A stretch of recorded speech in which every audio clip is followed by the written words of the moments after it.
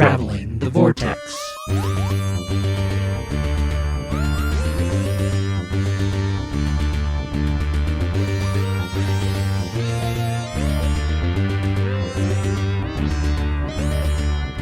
We've joined the Doctor as she travels the Vortex and arrive at episode 457. Other podcasts focus on the present, but the future is ours. I'm Keith. I'm Sean. I'm Glenn. How are you guys? Pretty good. Looking to the future? Looking to the future. Looking to the future. Actually, I'm not looking to the future because we got that silly Jadoon episode coming next. So, Well, you got to go and hit me with them negative waves. I got lots of positive this week, though, for other areas. So, Oh, that's good. we'll be good. I bet the scorpions weren't one of them. But I may be tipping my hat. Did you guys have a good week? Yeah, not bad. Do anything fun? We went and saw Frozen 2. How is it? We liked it. We enjoyed it a lot. I don't know if it's... I think Caitlin came out and said she liked it better than the first one. I don't think it's as good as the first one, but it's got a lot of great moments, and it's got a really strong story for being a sequel to a Disney film where you kind of think, oh, they're going to rehash a lot of the tone is kind of the same, but the story is completely different. So Nice. I really appreciate it. It was a lot of fun. Olaf's a little over the top in this one, but, kind of suffered from Mater syndrome, I think. Yeah, sidekick syndrome. Yeah. Yeah. But we enjoyed it. We liked it. It's got good music, and I definitely would own it. Of course I'd own it. It's a Disney film. Like you It'd have to be wouldn't. absolute trash for me not to buy it. And then Even then. I still might consider buying it. It's funny you say that. We watched Return of Jafar this weekend. What do you mean funny you should say that? That's an awesome movie. No.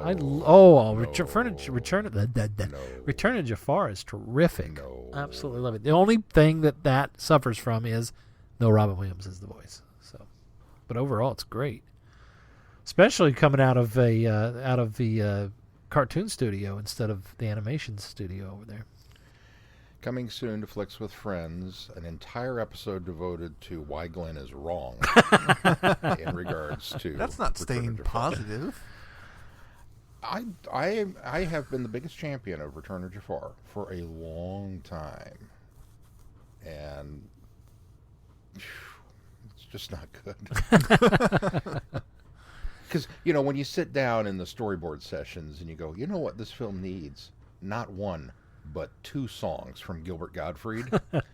Right off the bat, you might be in trouble. I think that's a timeless classic. Forget about the guy. That's a great song too. Now the other one, I could be on the fence with, but I love that song. That's on my top 100 Disney playlist that I have. Probably not high at No, the top, it's but probably around 60. So it's a good song. it works. Forget about that guy. It works as a duet with Jasmine. I'll give you that. But, yeah. Now, like it. if you want to talk about how great King of Thieves is, King of Thieves is good I will too. be all over that. I like King of Thieves too. No, if I were to rank them as far as order goes, Aladdin's always, of course, the best. King of Thieves is second, and then Return of Jafar. Well, we can agree on but that. Return of Jafar is great. I mean, I love it. I think that whole trilogy is good. It would have benefited from having three, like the animation studios do, but all of them, but because it does have that cartoon studio feel. But I think they even handled it well. So It's It was straight to DVD or straight Yeah, to VHS I mean- at Right, the time. right. Yeah. if you wanted to pick on it, yes, you could talk about how primitive the animation looks, especially in comparison well, to Aladdin. I don't think it's But even primitive. no, I it think is. it's It's I very- think it's simplistic is what it is. It's simplistic as it's well, television but it's- animation is yeah. what it is. Um, It's what they were doing on the Disney TV shows that they were doing for. But see, I look at that versus the other Disney stuff that was Afternoon on at and the that same kind of stuff. time, like DuckTales or I don't think it looks even that good. Oh yeah, no, it doesn't have the same. It definitely does. I Um, mean, it's the same guys doing it. It definitely has the same. Mm. Go back and watch some DuckTales. Now, not DuckTales the movie, because I think they even though it was Disney Toon Studios, they treated that with some special animation, and it looked really good. It did. But no, I think if you look at any of that Disney Afternoon stuff, Yeah, it all looks pretty much Goof the Troop same. and all of them looked better than this. Oh, It's- you it's- go back, it's go back very, and look, very and go back and tell me, look and tell me that again. simplistic, I guess, would cover it. But Yeah, it is simplistic. We're not here to we're we're not here to argue You're Disney. far. Did you watch anything besides Jafar? We went and saw 1917, which was good. Of course, Roger Deakins, they should just engrave his name on the Oscar already and have it ready to go for him for cinematography, because you've heard that it's all at least made to look like it's one shot. Right. Oh, I didn't know that. It's one Okay, that continuous makes me wanna go shot see that from now. pretty much beginning to end. There's one break for sure, and I've heard there's like maybe 4 edits in it that are fairly obvious. I only picked up 2. But yeah, it's from beginning to end. It follows the 2 guys.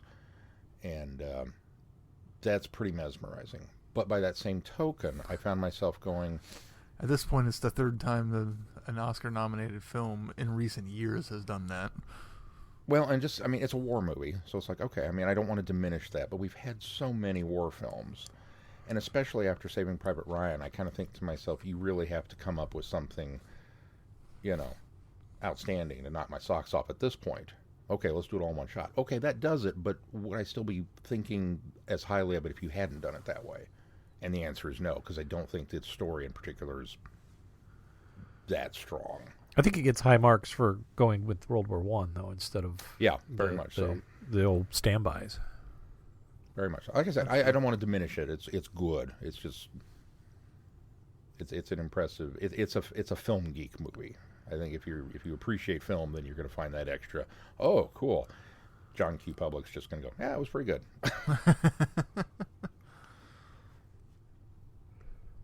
That was about it. Keith, you watch anything?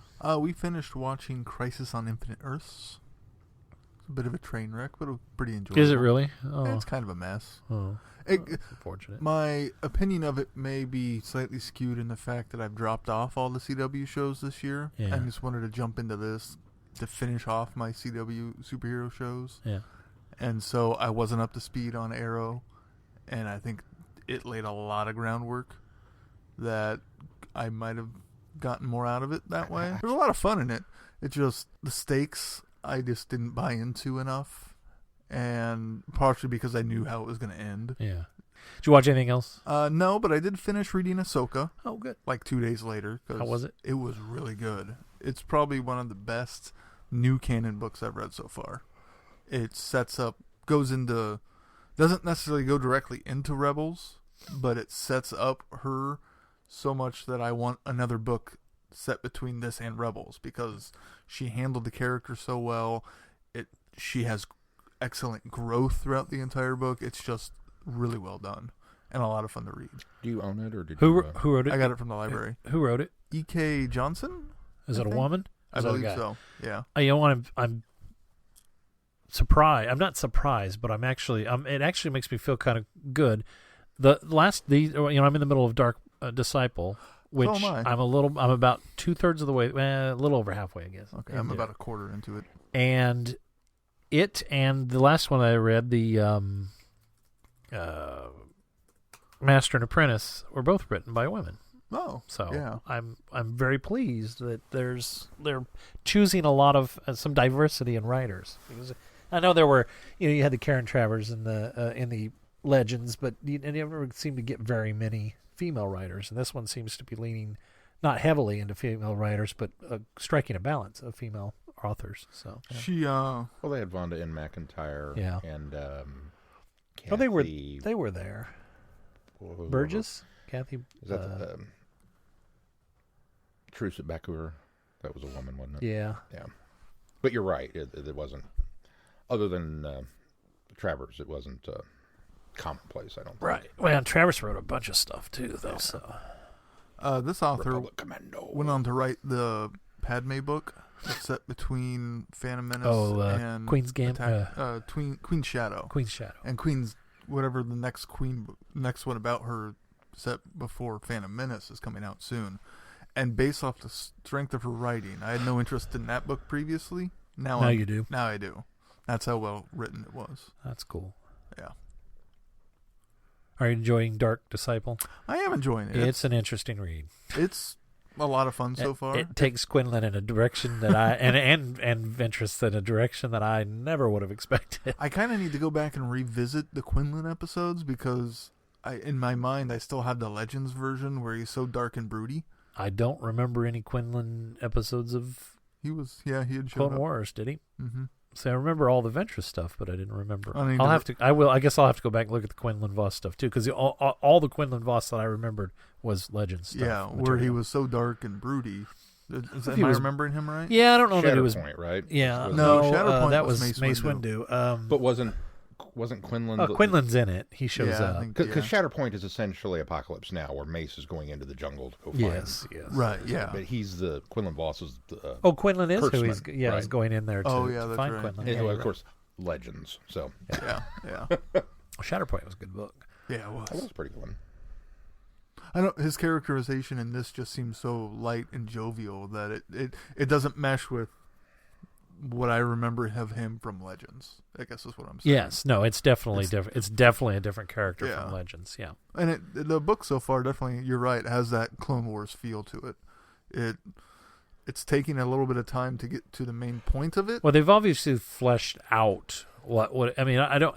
And in fact, if they had made this an episode, they've really padded it out because I think it would have had to be 8. I was going to say it would have had to been a series of episodes. Yeah, it was supposed the way to that be it's 8 planned. episodes. And did you read the foreword? I don't think I did. No. Apparently, I don't know how many of these episodes, but the episodes were originally written by George Lucas's daughter, Oh, who used to write for Clone Wars. okay. I didn't know that. I didn't know that either. That's cool. Did you already return Ashoka? It was a digital loan. Oh, Sorry. okay. But yes, I returned it. Good for you. It's there digitally. Or it returned itself. No, I returned it early. Oh, you because did? I read it in a week. That's how quickly I Ah. read this book, which is really good for me. It's also, I think it was targeted more towards young adults, but it was still pretty long. So I don't know. The pacing of it was just a page turner. On my book list, it shows it as a YA novel, but when I was looking at it, nothing about it cries No. YA. So And according to Goodreads, it's still like almost 340 pages anyways. Oh, yeah. So oh. digital form, I don't know how big the words are though. So I mean, if you pick up an actual physical copy, YA books tend to have larger fonts a little bit. Yeah, it's true. So that might make a difference. Star Wars : Not quite that bad. Anything else? If nobody has read Thrawn, it's available. I have it. You can borrow it at any point. Oh, do you? Okay, I'm Throwing that out there. formulating where I was going forward because It's autographed. You got to take care of it. But when I checked out Dark Disciple, I didn't realize like 2 hours later, Master and Apprentice returned to me or was available for me because I had it on hold, but I never got a notification. So now I put it back on hold so I can finish Dark Disciple because somebody else wanted to read it. So. Yeah. All right. Well, should we move on to news? We don't have any feedback this week. No feedback this week. I can't get out of order. Yeah. It's easy when we only have one or the other. That's right. The BBC Studios have announced season 14 is going to be the next Blu-ray box sets. woohoo! So if you're not sure which season that is Mask of Mandragora, The Hand of Fear, Deadly Assassin, The Face of Evil, Robots of Death, and The Talons of Weng Chiang. With new digital rat. Upgraded special effects. So we get one companion departure and one arrival. Yeah. I was thinking about this box set on the way over here, and most of these stories are ones I'd want on Blu-ray, although I have most of them on DVD. So I have all of them on DVD. You do? When did that happen? what? Did you guys watch the announcement trailer? I did. It was. They've had some better ones. Yeah, but it was fun. It was fun. It was nothing. I don't think anything is going to top Aces. No, that so far has been the best. Yeah. Although But still, man, you brought back the Vox robot. That's cool. Collins Yeah. was kind of funny too, but they've all been good. They've all been good. They've all been good. I'm Yeah. excited. I'm excited about this one. In other news, the virtual reality experience, The Runaway, is now available internationally, where previously it was only available in the UK. So if you have VR, you can go hop on and do The Runaway. And is it any VR? Is it Oculus Rift, or is it? Do we know? I think it's on YouTube. It's on the Doctor Who YouTube channel. I can go watch it without any of the headset, huh? And Cool. there's an Go get one immersive, of the cardboard headset thing, where you can do that. immersive VR special, and a 360 version available on YouTube. We'll have to let Rick know. He had asked me about it. He sent me the trailer. He was like, "How come I never heard of this? What is this? How do you know? What do you?" Dude, you don't. only VR, only in England. Oh, I got really excited. The last bit of news is about an area con. Planet Comic Con has nabbed Christopher Eccleston for this year's convention. So if you were one of the likely thousands of people who were not able to get your galley tickets for next month, you can come here in March. That's right. Yeah, I was so close to not going to Planet Comic Con this year. I just kept looking at the guest list thinking, there's some people that wouldn't mind seeing, but there's nobody I really have to see. And, of course, I have a feeling his autograph's going to be expensive. 90. Shoot. Now, is that pounds? Or Maybe No, that's according to Planet Comic Con's website. Oh, have they got it updated? Maybe Okay. I will pass then, because I wouldn't pay 90 for it. Oh well. 50 was going to be my cutoff. Actually, I would have gone up as high as 60 probably. But oh well. Yeah. Out of my price range. I'll pay $99 for Matt Smith, but not Christopher Eccleston. I wouldn't pay 99 for any doctor. Oh, sorry, it's 100. They've upped it. Oh, since they've then. upped it. Oh, 100 for photo op, 100 for autograph. yeah, it's definitely out. And he's only going to be there Saturday only. Oh wow. Oh me darn. So he's going to be very, very busy. I was looking, the Stranger Things kids are 50 apiece. Are they really? Yeah. Oh me darn. Except for, what's her face? Susie. Oh, is she? I didn't see that she was going to be she's there. going to be there too. Oh, I'll be darned. Yeah. Dustin? Yep. And Lucas? Yep. And Susie. I knew Dustin and Lucas. That's it for news. All right. Well, let's move on to our review. By the way, if you are sending in feedback, or if you think you have sent in feedback for this week's show, we are recording a day early, so there's a good chance that you will have sent it on Monday following our recording, and we'll just have to get to it next week. So That's we I apologize. suppose a fair point. So we do normally record on Monday. So Hold on. We just got some feedback. we just got some feedback. This just in. This just in. Spoke it into existence.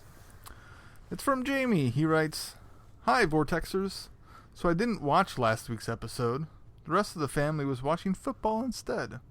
Sounds like I didn't miss much. That brings us to Nikola Tesla's Night of Terror, or as I like to call it, as the actual title's a bit of a mouthful, Tesla versus the Alien Scorpions. I enjoyed this one. It was a bit slow, but had a good ending. The chemistry between Tesla and the Doctor worked well. Whitaker does seem to be gelling more into the role. Graham and Ryan are becoming a great double act. The actor who played Tesla looked just like him and did very good. The Sikroth were kind of cool based on the look of their queen. I wonder if they're related to the Rachnos. Overall, a good episode. Let's hope that last week was a fluke, because apart from that, this season is shaping up to be a good one. And next week we get the Jadoon, so there's that to look forward to." Jamie. Thank you, Jamie. Thank you, Jamie. Okay. Now our reviews. Our review. The time. The earliest years of the 20th century. The place. New York City. Inventor Nikola Tesla is at war with his rival Thomas Edison. However, there's an even greater threat in their midst. Bum, bum, bum. Yeah, I enjoyed this one. This one was fun. Of course, they they only had up to go from last week. So. This is true. I was going to say even the talking frog might have been better than last week, but I don't know. Yeah, I don't know. That's a bit of a stretch. Yeah, no. I'll start. I really, Jamie said it was slow, but I thought that it started out slow. I don't know that I thought it was. It took a ever little bit slow. for the doctor to show up. It did, but I think what I liked about it is I felt like the pacing on it was really, really well done. There never was kind of a dull moment. It was really intriguing. As you said, the doctor takes a while to show up. When she finally does, she rescues Tesla and the woman from, and suddenly they're on a train and they're on the way to New York. And then, it's just, it really paces itself out really nicely throughout the whole thing. I like the somewhat accuracy that they had with Tesla's backstory, just with the things and where he was at that time in his life. It's real easy to get caught up in the fact that Edison was this great inventor and everybody kind of, I think people sort of look up to and idolize Edison. And I think this really told sort of what history leaves out of Edison's story, that he really was more of a businessman that, turned other people's ideas into his own. Not that he wasn't a smart man and he wasn't an inventor himself, but this grounds him, but it doesn't entirely vilify him, which I liked, because I watched a documentary on Tesla a year or two ago that really came down hard and vilified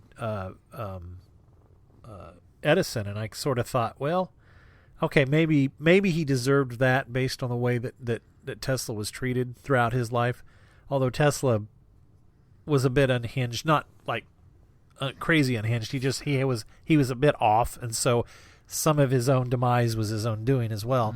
But this did a nice job of striking that balance of not turning Edison into this really bad guy and kind of, at the end giving him that bit of a moment of, well, you should come back and work for me, and that kind of. So I liked that. I thought they handled that really well by giving some adversarialship there, but not, completely leaving it with them still at odds. So even though they still were at odds at the end of Tesla's life, so. I can partially agree with that. I see where you're coming from, and I don't know that I disagree, but I very much took it as, when they're, okay, you guys go get people off the streets.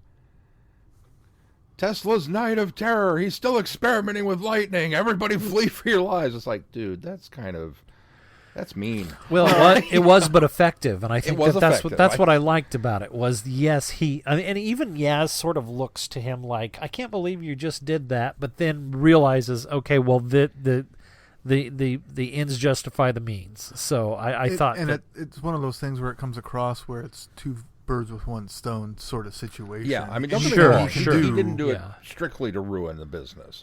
He did it to save people's lives. Right. Oh, but I'm also going to continue to ruin his business, which is a good thing. And then coming back at the end and saying, "Oh, why don't you come work for me again?" That's really kind of a slap, because I didn't pay you anything when you worked for me originally. So come and do that again. Well, yes, but the doctor points out that Edison finally realizes his worth, realizes Tesla's worth. And I think that is placed in the right place so that at the end you realize that, okay, if he did go back to work for Edison, he might be treated better, might be paid what he's worth at that point. So. Now, I'll be honest, I come at this from a weird angle, because as a kid, I had seen Thomas Edison, the Spencer Tracy movie. And okay, first of all, glamorizes and Oh, glorifies. it very much yeah. glamorizes Edison. Edison, yeah. And when you look at the list of accomplishments and you see everything that at the time we thought he was responsible for, and then you've got Spencer Tracy playing him, it's very easy to idolize Edison. So he was kind of a childhood hero growing up. And then you begin to kind of hear some of the stories and realize some of the things that, well, maybe they probably glamorized that just a little bit much. And then you do the research and you find out, oh, maybe not.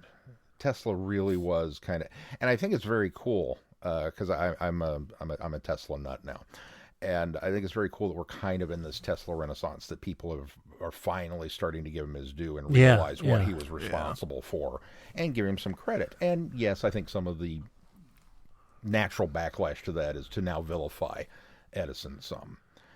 And I think you're right that it's not necessarily that he's a bad guy; it's that he's a businessman. Yeah. First and foremost, he what he says, I take people's inventions and figure out how to sell them. Yeah. And it's like, well, yeah, that's you cannot take that away from him. Of all the things that he patented, or in this case, patented, which man, did that drive me nuts. Well, they're aiming at a British audience. That's I understand, why, so but Twitch. Twitch. Even though they're speaking American.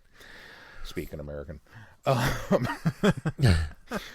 But so there's that element to it that I was like, okay, let it go, Sean, let it go, because I've become a big Tesla I think the nut. thing that fascinates me the most about Tesla is the fact that his entire life sabotaged himself. He had these great, wonderful, brilliant ideas, but he got so focused on trying to make one thing a reality that he never managed to invent anything. The only thing that he's really responsible practically that we use now is alternating current.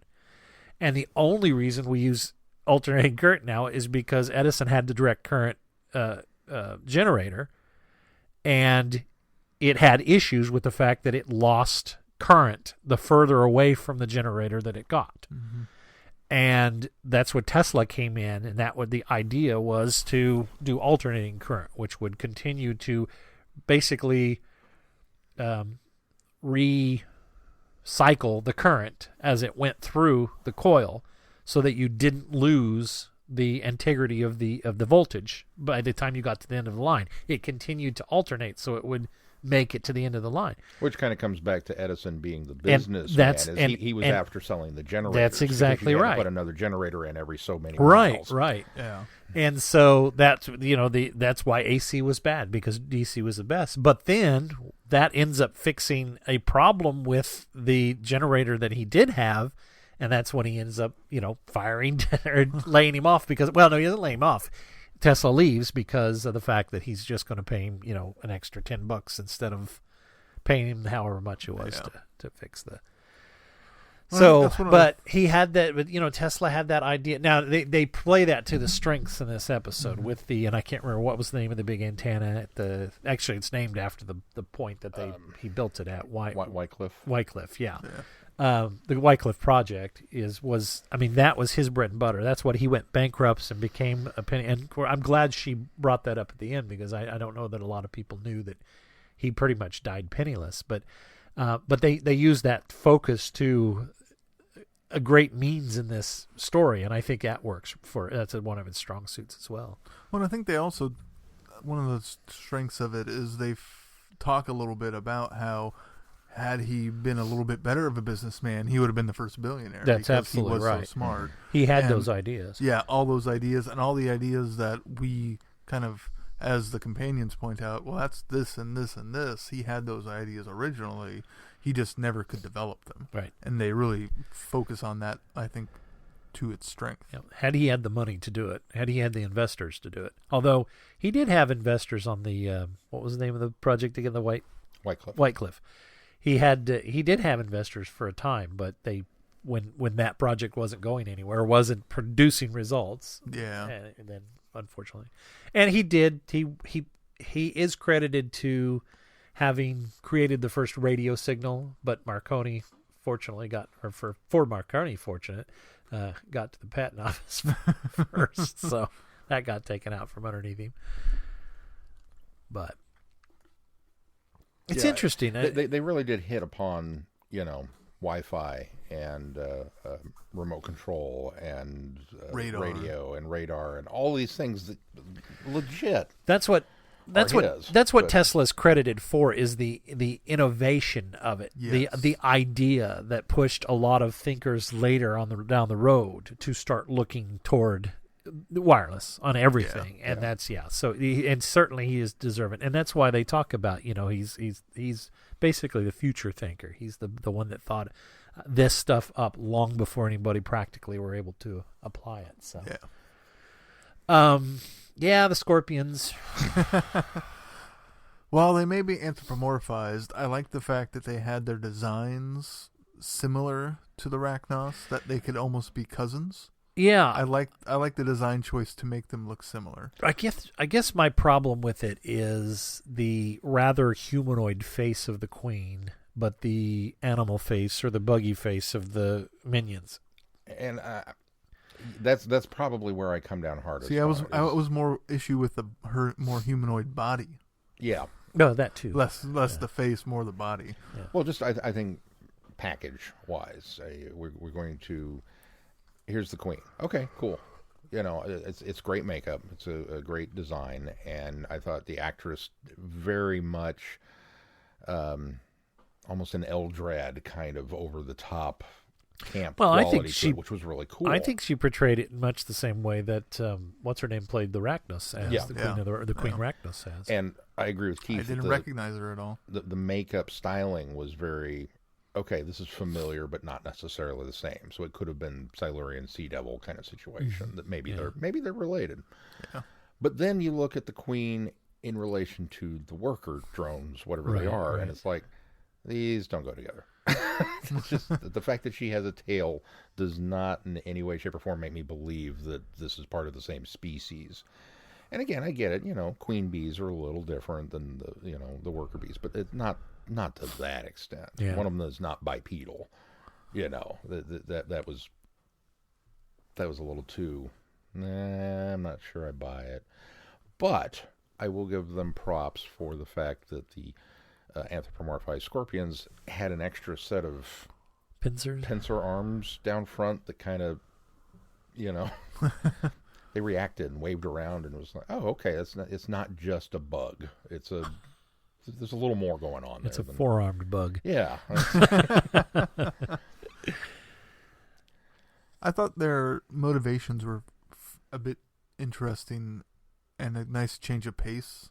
The fact that they just want to have their ship fixed, and they're scrappers essentially. Yeah, their ship's just full of stolen parts. Yeah, and they're going to steal an engineer in order to make it run. Yeah, I like that, and the fact that the only reason they have any interest in the Earth is that, and the only reason they want to destroy anybody is just to leverage them to give him over. Right. I like that aspect. No, I agree. It was a agree. nice change of pace. And that Tesla, being the future thinker that he is the most advanced engineer on the planet. So yeah, that's the one we need. Yeah. So I didn't know until afterwards that was Ronnie, the Queen. Yeah. From Sarah Jane Adventures. Oh, really? Didn't even. Yeah. Did not even know that. Yeah, I saw the name in something after. I didn't realize it was her until I saw her name, and I was like, oh, yeah, okay, that's who that was. I didn't realize until after when I looked it up that Tesla was Luca from ER. Yeah. Yep. We had that news. But I'm sure we did, and I've just forgotten, and it's all new to me. I'm not sure. How do I want to put this? Not sure that our companions were used to their full potential. Yeah. No, I agree. That's a really good way They of putting definitely it. took a back seat for Tesla and Edison to take a starring role. Which I'm finding is a pattern. I don't know why season. we complain about it, because it's not like this hasn't ever happened in Doctor Who before. Well, and that's another thing. Not just this season. That's another thing that I'm wondering if this is a push the companions to the back burner to make it more like Doctor Who, to just have them there as either comedy relief or have them there to ask questions, or because that was a role in this one. Tesla? To drive home the point that Tesla's not as well known as Edison. That's really all their purposes in this one. And they're helpers. They're helpers to a point. But Tesla, who? Really? Yeah. You've well, not that's seen that car? you've not seen a movie made in the 20th century or something else Edison's taking credit for. My kids had no idea who Tesla was. Really? Yeah. Huh. Okay. I retract my statement. It's got to be a really hard line to walk, because last season we were complaining that the Doctor wasn't a big enough role and she was pushed to the background for the companions, and now this season it's the companions being pushed back. So, yeah, I think it just they need to find a balance. They do. They need to. It unfortunately goes back to the crowded TARDIS. I personally just think 3 companions plus the Doctor is one too many. I agree, but all right, I can concur with you on that point. But last season it didn't feel crowded, and I think the reason it didn't feel crowded is because they were doing things with the companions. They were telling stories. Yes, I think we all argued that Yaz did not get enough, but it felt like that they were actually making an attempt to give the companions something to do, give them some character development. Now it feels like crowded TARDIS because there's 3 people doing nothing in the background. I think the flip part of that is the guest syndrome. We had guest stars last season that we complained weren't given anything to do. Yes, no, you're right. It's like, why did you bother bringing Mark Addy in if you were just going to give him 2 lines and that was it? You're right. And this season, we have a guest star and he is running around with the Doctor doing it. So now we've pulled a 5th Doctor move where we're going to focus on this element of it and these people, and the companions have to fade into the background. And it may just be that they lumped these particular group of episodes together at the beginning of the season, so that's where we're getting. It's a bit of a catch-22, to be honest with you, because you do have to find that balance. You have to find that balance of giving the Doctor and the companions enough to do, so that none of them feel like they're in the background, but also give enough to the guest of the week something to do, so that they're not pushed to the background as well. But I maintain with 2 companions, you can have your cake and eat it too. I think that opens it up enough that you're not necessarily shelving somebody if you bring in a guest star, and it still enables you to do the backstory. Because I as much as I like Classic Who, I don't want to return to the what is it, Doctor? I don't want that companion. I like knowing more about these people and their lives and how the Doctor impacts that. But at the same time, you can't do nothing but companion. It still has to be Doctor Who. Right. So. Yep. It's true. Well, and Nikola's essentially companion felt a little bit, other than to give him sympathy and give us exposition about Tesla himself, felt a little unnecessary also. A little extraneous. Yeah. Yep. Or at the very least, she should have been put in a bigger danger so that Nikola would have some conflict of what he needed to do or something. Something could have been done to utilize her better. Well, and they didn't need to, you're absolutely right. They didn't need to, because the world was enough to motivate him to do the right thing. So it was just she was just there to give exposition about Tesla to the companions. Well, and historically, I also don't think that was there wasn't a miscarriage.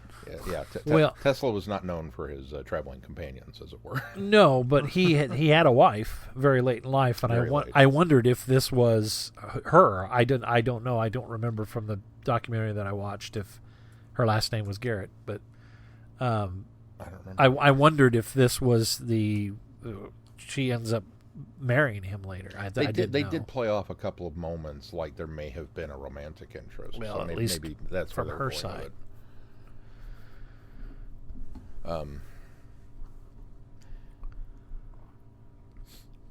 don't know. There were moments of this episode that I really, really liked, and there were moments that I kind of sat there going, it's kind of, I don't want to say run of the mill, but it very much felt like an early. Maybe it's just because of the similarities of the Queen. Well, it felt like a Tennant episode, didn't it? It felt like a Tennant or an Eccleston. I would agree. Yeah, I would agree. And even the way it was shot. Well, I think I land on felt more like a Tenet because I think the production quality was better than like Eccleston years. So and a little more manic with the pacing when we're chasing down the train and that kind of stuff. Yes. But even the way it was shot, moments of very high energy and then almost slamming the brakes on to give exposition. Yeah. When we're on the alien ship and the Queen is shot primarily in extreme close-ups and Dutch angles. Yeah. And then the backdrop of the ship and the clutter and the just, everything that was going on, the chaos of it, the busyness of it. That to me felt very much like a Tenet era production. That it had that kind of feel to it. And I don't know if that was intentional or not, but I think mostly. Who directed this one? That's what I was going to look to see. She is one of the newcomers, I believe. Linda Manzoor. I think I think it was aptly directed. I thought it was pleasantly shot. It was the pace was very well done. I did like a lot of the Dutch angling, especially in those. And even though it kept bothering me that she was very humanoid, and her minions weren't, I did appreciate and like the very close shots of her when she was doing her acting. The nice thing about the close shots is you didn't see the rest of her, so I a lot of times forgot she was bipedal. And I wonder if that was the intent, was to kind of hide the fact that, or maybe there was a practical tail that was part of the costume and it didn't work, and that's whether they went digital, whether there's, I don't know. Yeah. But it very much felt like a creative solution to a problem that we didn't know about, but I was okay with it because it looked cool. So. Yeah. Or they didn't have the budget to make an actual full prosthetic scorpion body like they did for Rachnos, to have a huge prosthetic spider body. Actually, I'm kind of glad they didn't, because that was one of the things we complained about the Rachnos, was the fact that she was very limited in her movement. So she had all this upper body stuff, but the prosthetic didn't do very much. It wasn't very believable. You think they could have done the CGI bottom half at least? Oh, absolutely. But did you know? No. Pseudo. This is kind of sort of based on a true story. Did he actually reach out to Mars? He did. He had contact with Mars? He did pick up transmissions of some sort. He thought he did, yes. He was convinced that having eliminated the Sun, the Moon, and Venus as potential locations, that he was convinced they came from Mars. Yeah. I wondered if that was part of... Interesting. A little... Going back to Tesla creating problems for himself. Yeah. Well, and I strongly believe that he did get some sort of signal. I don't know that it came from Mars, but I think he did get. But the unfortunate thing about that was he was branded a lunatic because of that, or at least not all there. Well, what's funny is that the doctor may have impacted his life a little more than anticipated. Because in yet another great example of, hey, let's leave the atomic cannon on the hillside and not worry about going back for it, nobody picked up the Silurian ray gun. Yeah.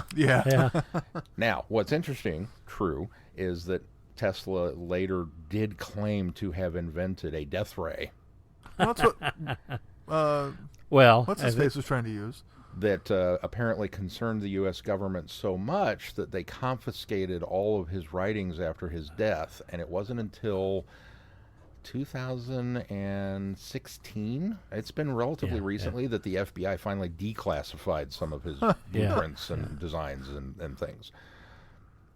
Just saying. I think it's. I think it's a fun little so they probably thing that they did in there in order did to. on purpose. Yeah. Nice. It may have been a Silurian death ray. Oh, that was something that bothered me when she said that you have a Silurian ray gun that's clearly alien, and I kept thinking it's not alien. Yeah, they ran with that ball, didn't they? That's terrestrial. Terrestrial. Just happens to be a species that's very deep underneath the earth right now. I thought that too, and then just gave it a pass because they didn't have the time to try to explain what Silurian meant. What kills me about it is they got so much right about the Nikola Tesla that they got their own. They got Doctor Who wrong. Well, they got the air issue last time. Yeah. wrong, And too, so. how frequently would we have seen both Tennant or Smith go, well, it's actually a, and proceed to confuse people even further by explaining it. See, and it feels like... That's very much what Jodie would do, though. Yeah, I guess Very much in Jodie's wheelhouse to throw the asides on. That's why I was surprised they didn't go there with it. Yeah. It was like, it must have been cut for time. Yeah. So overall, it was a plus. It was an enjoyable episode. I'm not sure I don't like the title. Oh, I like the title. I like the title. It's not very Doctor Who-y. That's okay. No, neither is the Crimson Aura. No, that's very Doctor Who-y. Are you kidding? That is the most Doctor Who title that ever Doctor Who'd. I'm not sure how I feel about, the end where Yaz is... So now he's going to be all rich and famous, right? And it just felt almost like a... Deflated balloon. Well... Another convenient opportunity for them to preach at us. It didn't feel preachy. That's the thing. And it didn't, fortunately. It didn't feel preachy. There was a message there, I think, but it didn't feel... Well, I felt it... it didn't not have the emotional preaching resonance at me, either. But it's like, okay, Yaz, you're not aware of who this guy is. We established that early. Okay, given. Oh, now he's going to be rich and famous, right? You still don't know who he... If he was rich and famous, wouldn't you have heard of him? That's kind of my thought process, too. It feels like they dumbed Yaz down in order to give us that That's a good preach point. moment. That's a really good point. Well, and for me, it didn't even feel so much like preach. It felt like they were trying to tug at heartstrings, like they were trying to pull a Vincent and the Doctor on us. I agree where with it's, that. oh, look, his life's going to be tragic from here on out. I agree with that. And I think it was also it was a chance to educate the audience further as to what happened to Tesla at the expense of Yaz as a character. Unfortunately, that's how they did it. There could have been a better way to maybe have done that than use it at Yaz's expense, but that's what they did. It just kind of. But you're right. It sort of felt like that whole Vincent the Doctor, or even the end of Rosa, where it kind of felt, okay, there's a message to be taken here, but it doesn't quite land as well. Yeah. Which is a shame because all the rest of how they handled Tesla I liked, except for that little bit at the very end. I just don't want that to be a trope of this era of, oh, look at these great historical figures that are truly tragic and we want to try to fix them, but we can't. Well, I don't know. I actually like to see a whole season of that where don't point it out. Well, yeah, maybe don't point it out. That's the problem. Don't point it out every single time. At least don't make it obvious that you're pointing it out. Like Spyfall, like they didn't point it out, but they still showed that they had to take away the memories, and that part was sad, and that they would go on to do stuff. But then Tesla, I guess Tesla and Edison both get to retain their memories. I guess they're far enough along their timeline that maybe most of what they could develop is done. I don't know. Well, and they didn't see their own future. That's just it. They really did. Thing. They didn't go see their own future. They saw some technology that was quite beyond their years, but that they'd never be able to replicate. Right, exactly. You know, it's funny. Maybe it's due to the past versions that have been portrayed of both Tesla and Edison. But when the guy showed up, I went, oh, he doesn't look much like Tesla, but okay. I don't know why. I just in my mind, I guess Tesla's David Bowie from the Prestige. That's my Tesla. Tesla should Probably have an air of alienness about him, and Bowie nailed it. But even Edison, I was kind of like, oh, that's who you got to play Edison? I thought Tesla spot on to that's the documentary that I saw. If you go back and look at photos of these two men, the casting of this episode nailed it. Yeah, both of them are spot on. I don't think Edison was cast as well as Tesla, but they both were good casting. I just thought that was funny. I was like, "You're not Tesla." The guy who played... You're not that Hollywood version of Tesla. Yeah, because the guy who played Tesla is from the same region of Europe that Tesla was Croatia. from. Yeah. I couldn't remember off the top of my head. Was it Croatia originally, or it wasn't Croatia when Tesla lived there? It's the country now known as Croatia, right? Or is it I think it was. Was it Croatia? That part I don't know. I think Croatia's always been Croatia. At one point, I think it was part of the Soviet Union, or in that region of dispute. But he was Serbian Croatian. Yeah. Here we go down that rabbit hole. Well, Serbian. Traveling the Vortex teaches geography. Serbian was the, like, it's not religion, but it's like the culture of people is Serbia and the Serbian region. So he was Croatian. He was born in the Austrian Empire, which is now modern-day Croatia. Gotcha. So the Austrian Empire is what it was when Tesla was born. It wasn't called the Austrian Empire. It was the Wikipedia says. The Austrian Empire was basically the governance of that entire area. But Croatia, I believe, has always been Croatia. I think it's now just its own sovereignty. And that's why I think that's what that's saying. Here we go. Traveling the Vortex trying to teach geography and getting it all wrong. That's about all I have. That's all I got too. When we moved on to geography, it's time to call it quits. The geopolitical features of Croatia. Sean, what do we got coming up on the schedule? More Doctor Who. Next week, episode 5. Prisoner of the Jadoon. Fugitive of the Jadoon. Fugitive. Yeah, you're right. Because it kind of sort of almost rhymes. Not really. Close enough. All right, well, be sure to check out our website, travelingvortex.com, for updates on this podcast. And while you're there, please consider clicking on that Patreon link and consider supporting us. And remember, you can send your feedback and comments to feedback@travelingthevortex.com or by clicking on the send feedback link on the website. Please send us money. We need geography books. Or a tutor. Until next time, I'm Glenn. I'm Sean. I'm Keith. Cheers. Good night, everybody. Be seen. Thanks for listening. You have been listening to Traveling the Vortex. Doctor Who and all of its associated programs are owned and trademarked by the BBC. No infringement is intended or implied.